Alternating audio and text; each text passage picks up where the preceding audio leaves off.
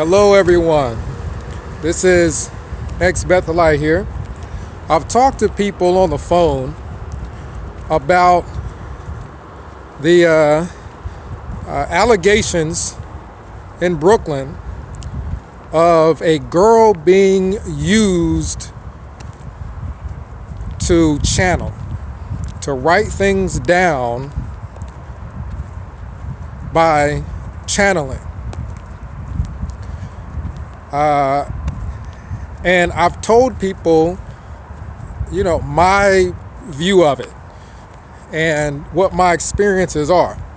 Now, I don't confirm or deny any of the stories in Brooklyn because I was not in Brooklyn. I was at Wallkill. I was at the farm. They're talking about things going on in Brooklyn in the tunnels where some girl or young girls were taken to a room in those tunnels and used to channel spirits and write down messages. So I don't say it did or didn't happen because I wasn't there at Brooklyn.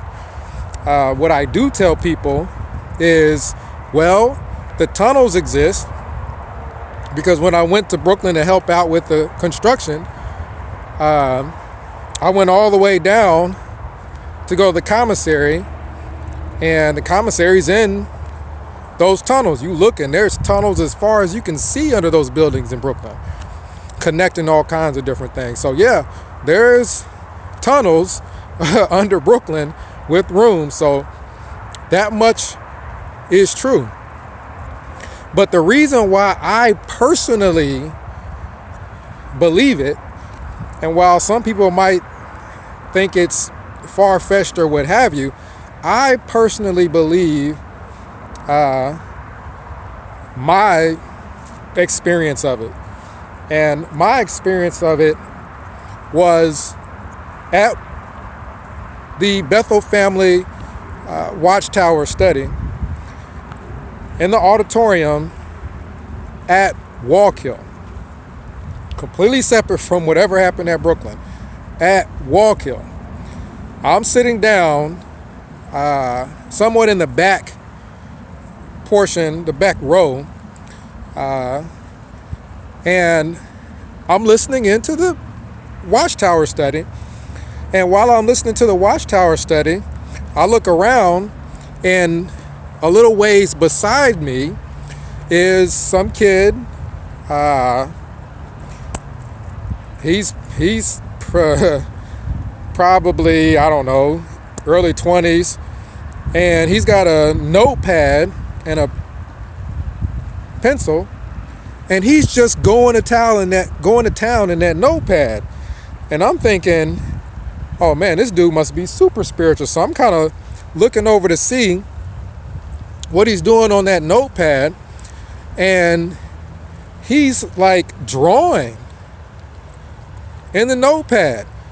Like, you look over and there's shapes and symbols of some sort, and a whole lot of just jotting next to those symbols and shapes and whatnot. And there's other people around him, like his buddies are around him, just talking, chatting, not really paying attention to the meeting, looking over at what he's doing, then going back like it's no big deal. So I figure it's just a bunch of kids goofing off during the Bethel family Watchtower study, not paying attention. But I was kind of interested in what that kid was drawing, because I'm like, he's pretty good at drawing. He's drawing this stuff super fast, and he's writing and jotting things down super fast right next to it.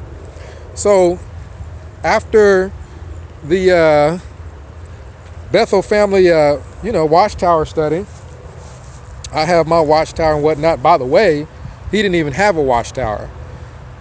He had a notepad, like just a regular notepad, a full-size notepad.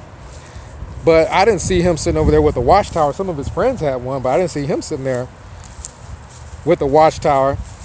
And I talked to some people over there, and I went over and talked to him. I'm like, hey, how you doing? And introduced myself. And I'm like, you are you an artiste over here? And he said, don't worry about that, bro. And I'm like, you must have been bored doing the watchtower. I know I did my watchtower ahead of time also, but I was telling him that sometimes I get additional information that I missed, which is why I, focusing on the watchtower, Bethel Family Watchtower study, even though I did it beforehand. So here I am, all spiritual, talking to this guy like he's just some kid, and I'm trying to explain to him why it's important for you to pay attention during the watchtower study, and he's standing there looking at me like I'm stupid. And he almost sounds offended, like he can tell I'm kind of talking down to him, like I'm all spiritual and he's just over there drawing. So he's like, bro, this is milk for me. This is nothing. And I'm like, oh, really? You know what I mean? Because I can't remember right offhand what the watchtower study was about, but I thought it was pretty good information at the time. And he's all talking about how I'm not ready for, the level of understanding he has and all this other stuff. And me, keep in mind, this is the dude that freaking is in the library after my assignment is over. After I've done work, and if I don't have a meeting, I go to the library and I'm in there studying. And after I'm done with my study, I'm doing personal study. And sometimes I don't leave that library until after, like, the sun goes down.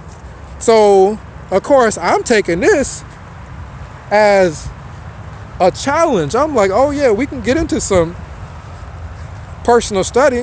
What are some of the personal study projects that you have? He was like, I don't even think you're ready for this, but I'll tell you where to start. So he writes down a scripture and he's like, read this, try to understand it, pray, meditate before. And of course, in my mind, I'm like interrupting him in my mind, like, dude, I know to pray and meditate before I do personal study. So he writes down the scripture, and later on, I go to the library. Let's walk over here away from all these trucks and whatnot. I go to the library to do my regular studies and whatnot. I'm not thinking much of it because I'm like, I'll get into this scripture and dissect this bad boy and then go back to him and we'll have us a discussion. So this is the scripture he gave me. Let me read it to you guys. And this will all make sense as to what it has to do with why I think that there is some truth to what was going on in Brooklyn. Genesis chapter 28, verses 10 through 17. It says, and if I get some of these words wrong, it's just because I have, just because. It says, again, Genesis chapter 28, 10 through 17. New International Version says, Jacob left Beersheba and set out for Haran. When he reached a certain place, he stopped for the night because the sun had set.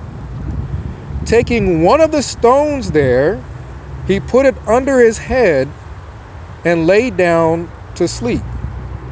He had a dream in which he saw a stairway resting on the earth, with its top reaching to heaven. And the angels of God were ascending and descending on it.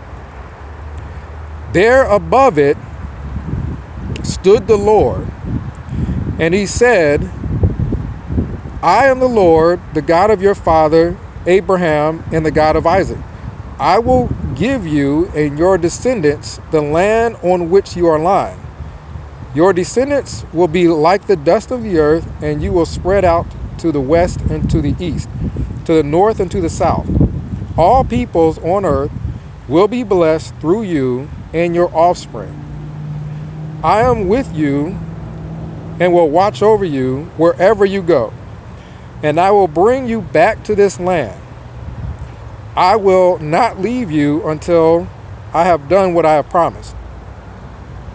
When Jacob awoke from his sleep, he thought, surely the Lord is in this place, and I was not aware of it.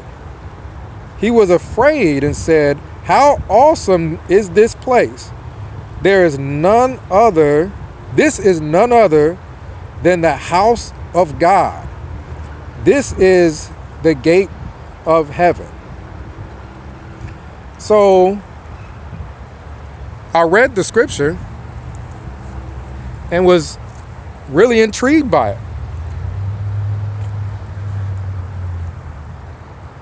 And I, didn't have too many in-depth thoughts about that particular scripture. So after I did my research, I kind of meditated a little bit on the verses. But I did find it really interesting that you have a scripture referring to, or a group of scriptures referring to essentially Bethel. So later at lunch, I go and I sit with the guy that gave me the scriptures, and he said, so what do you think? And I said, I thought it was interesting. I did my study for my meetings, and afterwards got into the scripture, and I found that scripture pretty interesting. What were your thoughts on it? He said, let's talk after lunch. As a matter of fact, I'll have you over my brother's house, and this kid, his whole freaking family is at Bethel. So fast forward, I meet up with him over his brother's house. His brother's sitting there at the counter. His wife is there also. And the guy is sitting down on the couch. I'm sitting on the couch, and we're talking, and it's pretty laid back. They got the TV on, whatnot. And the guy's, his brother's wife brings me something to drink, cuts me a brownie. So I'm sitting down there chilling with him, not thinking anything.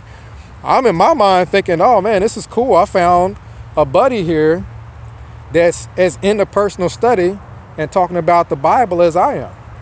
So then he turns down the TV, and it's like, man, when I first heard about this, I was like curled up in the fetal position. I was so shocked, and he's laughing and joking around. He's literally in the fetal position on the couch, like sucking his thumb, talking about this is how the information affected him. And I'm like, dude, shoot, like, come with it. Like, I'm ready. He goes in on the scripture saying that Jacob in that scripture discovers his ability to channel. This is their explanation of it. I'm not saying this is my explanation of it. This is their explanation of it. He says Jacob in that scripture, I want to get down there but I don't want to fall going down this really steep hill. I'm going to go this way. He says, Jacob discovers the ability to channel spirits. He literally sees, things, and he describes it as a ladder where spirits are coming and going from heaven, between heaven and earth, like a literal gateway. He opens a literal gateway while he's asleep, while he is dreaming, and talks to God. And God reassures him that it was him, and the promises and everything. So while he channeled God through a dream, and then later down wrote down what he saw in that dream, he didn't realize, is this what they were telling me. And while he's going in on this, the guy's brother is sitting chilling, eating at the counter. His sister is his wife, the guy's wife, is kind of looking at me as we're talking. And I'm just sitting there listening to the guy talk. And he says that Bethel, or the house of God, or the gateway to the heavens, in that instance, he said he misunderstood. It wasn't the place, but the house of God was his body. And that he was the medium. He was channeling spirits. In that dream, he didn't just see God, he saw other spirits. And what those spirits were busy doing was traveling to and fro from earth.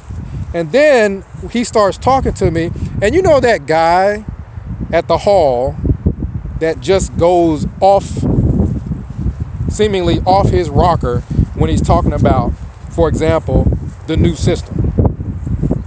You got people that when you talk about the new system, they just take it and run with it, and they are off on Pluto somewhere, talking about how they're going to have a house in a sequoia tree all the way on top of the tree, and they're going to get down by a slide that winds down the tree, and they're going to get in by an elevator that goes, just crazy stuff, man. So he goes on and starts talking more, and I'm thinking, oh God, it's one of them. You know what I mean? It's another one of them. And to summarize, I'll summarize some of the stuff that he's telling me. And basically, he says that the ability to channel was the original way to acquire truth. It's what Jacob did. When Jacob did it, he said God consoled him, comforted him, that it was okay for him to do it. And that we as Bethelites really are gateways. We're gateways to the spirit realm. We're mediums. We can channel. And I'm like, this dude is off his rocker. And I'm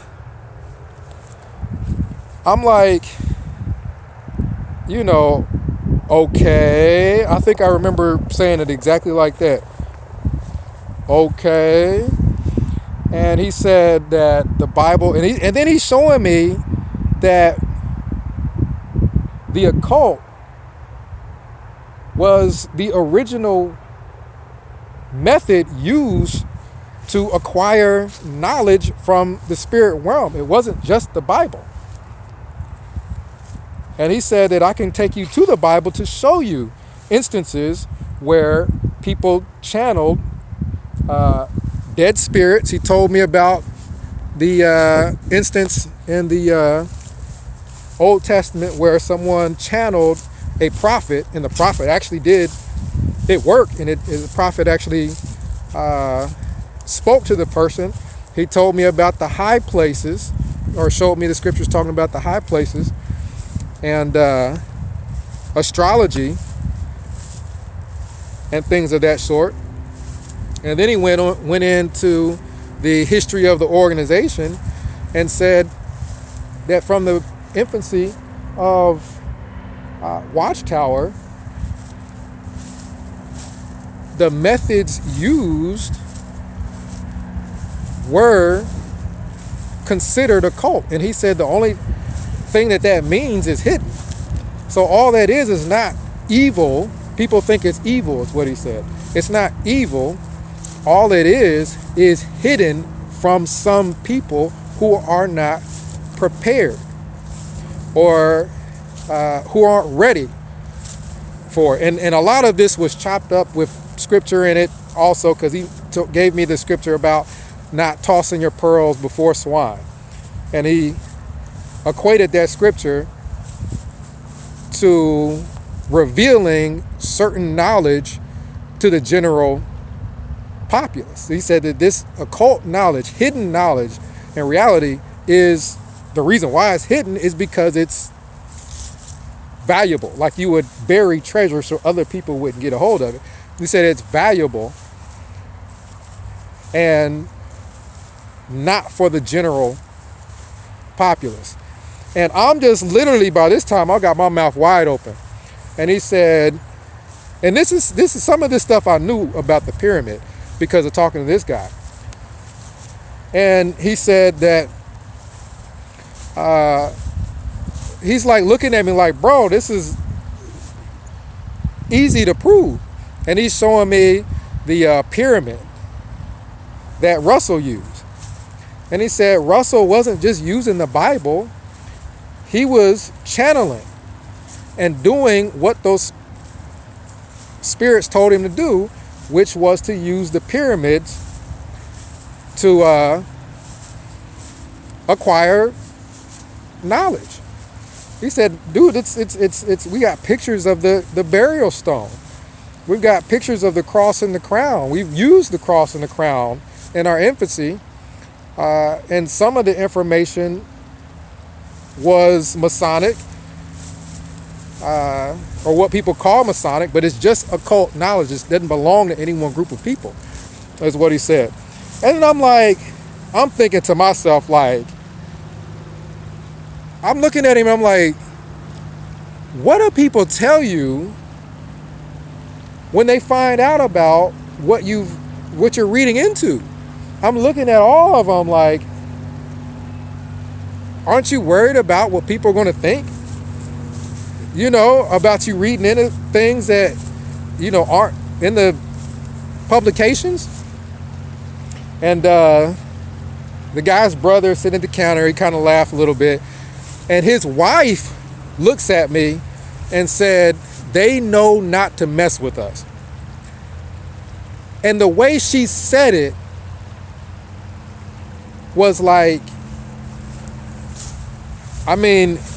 she was like, they know not to mess with us. Like nobody messes with us. Like they do what they want. Like they are separate. They do what they want. And if you guys want to get into any of this anymore, I'll have to just do another video, man, because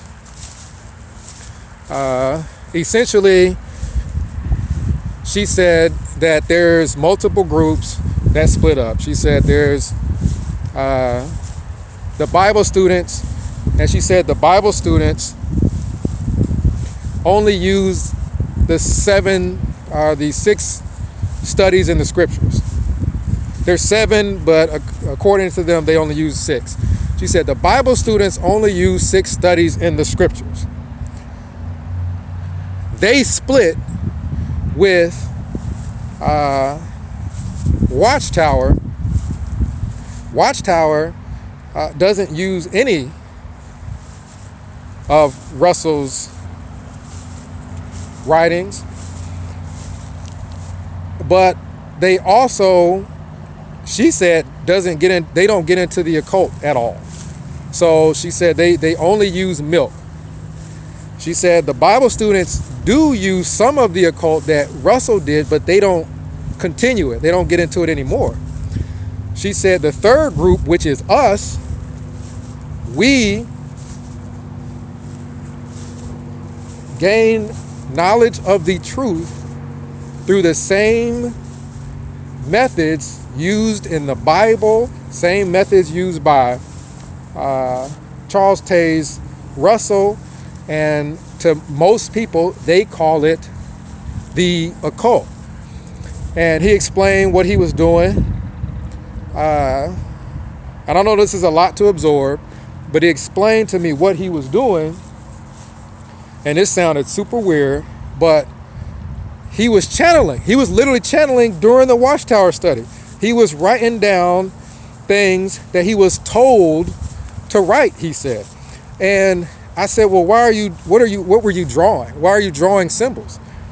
He said that, bear with me, he said that angels, in order for you to contact them by name, you can't pronounce some of their names. And then he showed me the freaking scripture, man. He went to the Bible again.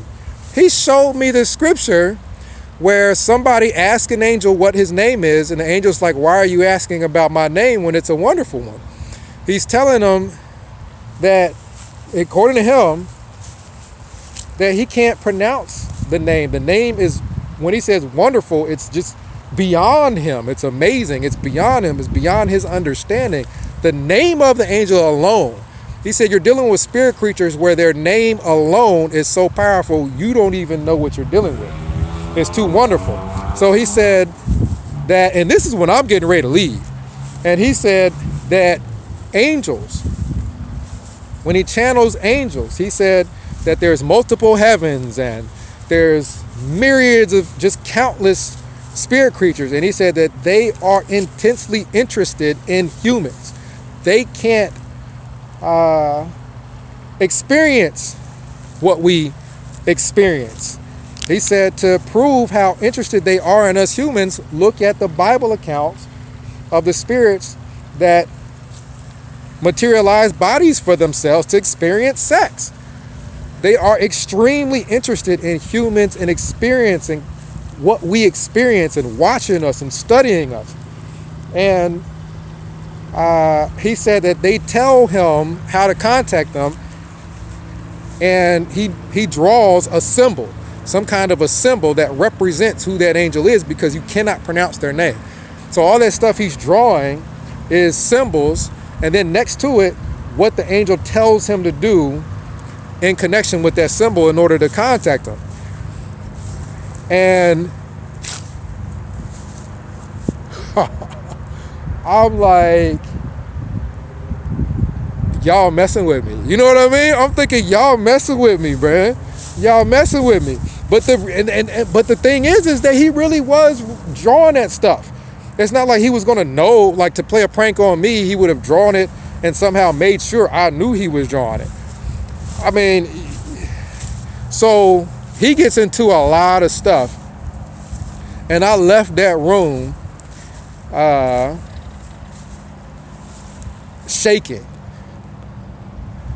You know what I mean? Like, I literally left that room shaking, and I had goosebumps. And I remember trying to tell people at home. I talked to people, and man, I couldn't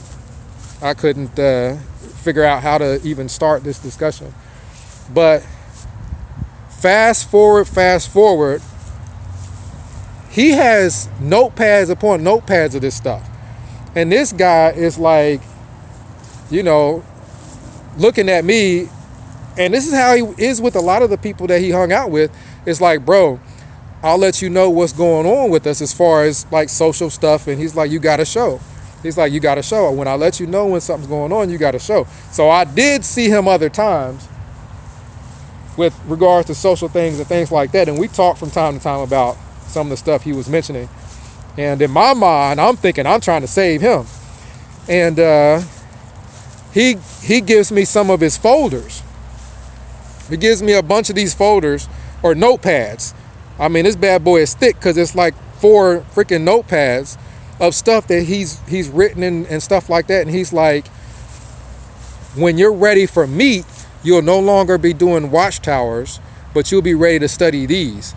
So I remember sticking these bad boys in my backpack, closing that bad boy, and never did open it. And all that stuff was packed up with my stuff when they packed it up, put it in the car. And to this day, I haven't really opened it up and gotten into it. But I did find it in my closet. But 937-789-4029, this is the reason why I think there are families there that are involved with that sort of thing, with occult stuff. There's families that are involved with it. And if it was going on in Wallkill, it's possible that it could have been going on in New York. I don't know that it was the governing body, but I think that there's families that are powerful families that nobody bothers. So that's my view on it. Ex-Wallkill Bethelite signing out.